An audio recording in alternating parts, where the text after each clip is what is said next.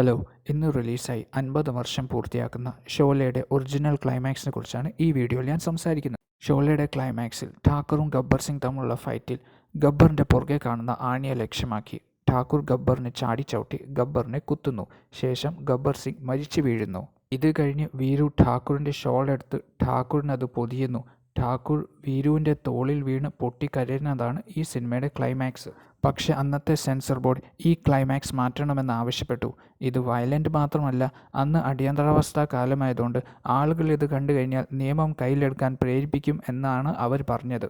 അന്ന് ഈ ക്ലൈമാക്സ് മാറ്റാതിരിക്കാൻ ഒരുപാട് ഫൈറ്റ് ചെയ്തെങ്കിലും അവസാനം മനസ്സോടെ ഗബ്ബറിനെ പോലീസ് പിടിച്ചുകൊണ്ട് പോകുന്നതായി സംവിധായകൻ രമേശ് സിപ്പിക്ക് റീഷൂട്ട് ചെയ്യേണ്ടി വന്നിട്ടുണ്ട്. എന്നാൽ ചിത്രത്തിൻ്റെ ഡയറക്ടേഴ്സ് കട്ടിൽ ഈ ഒറിജിനൽ ക്ലൈമാക്സിനെ നിലനിർത്തിയിട്ടുണ്ട്. സത്യം പറഞ്ഞാൽ തൻ്റെ കുടുംബത്തെ മൊത്തം കൊന്നതിനും തൻ്റെ കൈവെട്ടിയ ഗബ്ബർ സിംഗ് എന്ന കൊടുംഭീകരനെ പോലീസ് ചുമ്മാ അറസ്റ്റ് ചെയ്ത് പോകുന്നത് അത്ര തൃപ്തികരമായി തോന്നിയില്ല. അതുമാത്രമല്ല, ഒറിജിനൽ ക്ലൈമാക്സിൽ ഠാക്കൂറിൻ്റെ പൊട്ടിക്കരച്ചിലും ആ സമയത്ത് ഉപയോഗിച്ച BGM ഒക്കെ വളരെ മനോഹരമായിരുന്നു. ഏകദേശം 3 മണിക്കൂർ 25 മിനിറ്റാണ് ഡയറക്ടേഴ്സ് കട്ട്. ഈ ക്ലൈമാക്സ് നിലനിർത്തിയതിന് ഒരുപാട് നന്ദിയുണ്ട്.